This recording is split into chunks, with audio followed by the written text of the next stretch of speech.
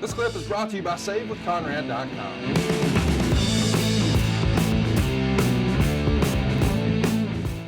Before we talk about that match, which is one of my favorite pay-per-view matches of the year, I do want to mention the Undertaker got a staph infection while working in Puerto Rico, and some of the house shows needed to be rebooked as a result. A couple of the nights are booked with Mark Henry bear hugging Mick and putting him in a casket intended for Taker. Then we get to Oklahoma City and Tulsa, and it's decided that Bill Watts and Mankind get into it.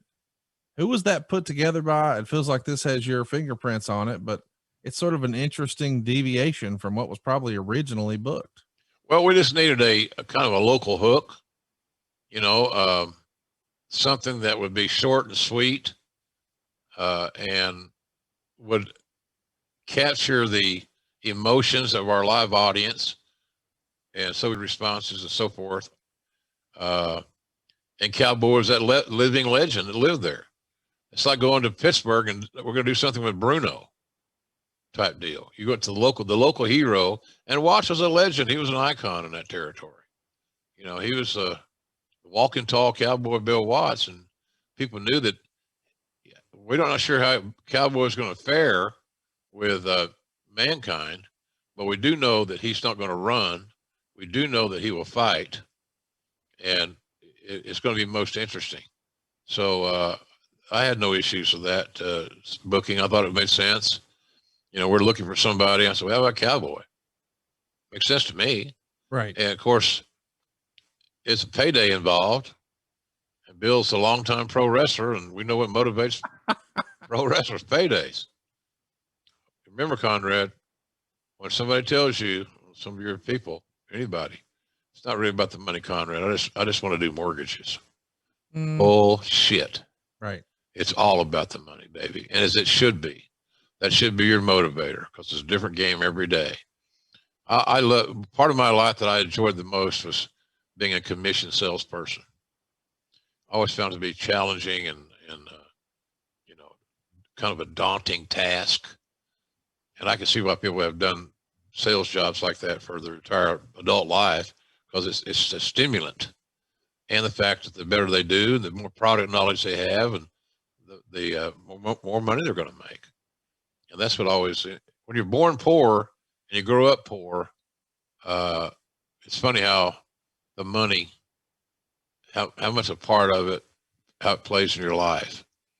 I still work now hard as hell. And somebody told me the other day, said, God damn, you work like you're broke. Well, luckily I'm not broke, but I still have the same passion for working. Right. I enjoy earning the money. I enjoy creating new revenue streams. And now that I got, granddaughters getting older and my own daughters are getting older, it's time to start thinking about things along those lines, because I'm not going to do this forever. I'd like to do this forever, but I don't know, getting back on the road, which we think we're going to do. Right. AEW coming up, it's going to be great. I enjoy those trips, but to say I want to be doing this when I'm past 70, maybe not. Well, day by day, year by year. So that's going to work for me. So, anyway, I don't know where we got on that, but in any event, Cowboy was a good choice for that market. It'd been no different if we were in Dallas, Conrad, and we were able to do something with Fritz Von Erich, obviously, not Fritz the cat or some cartoon. You know what I'm saying? Cowboy was willing to do it and had no problem. So, and it's funny that a lot of guys would probably, you're going to kill my town. You haven't worked in 20 years, you asshole. What are you going to kill your town? My whole life building this market up. Yeah, that's why the summits went out of business, because you couldn't sell tickets. You couldn't sell sex on a troop train. So, anyhow, I thought it worked out pretty good. I don't remember what those houses were or how, but I until I went back and read our notes, I'd forgotten about Cowboy and Mankind. And I can tell you, Mick had immense respect for Bill Watts. He was a fan, and Cowboy was a big player for a long time, since he headlined the Garden with Bruno 3 times. So I liked I thought that was kind of cool booking. It's for a mark like me and an Oklahoma kid.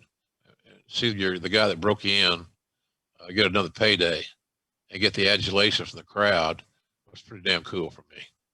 Agree. Super cool. Yep. Hey, it's Conrad Thompson. Thanks for checking out the podcast here on YouTube. Be sure to hit the subscribe button and the notifications bell so you get a notice anytime we upload some new content.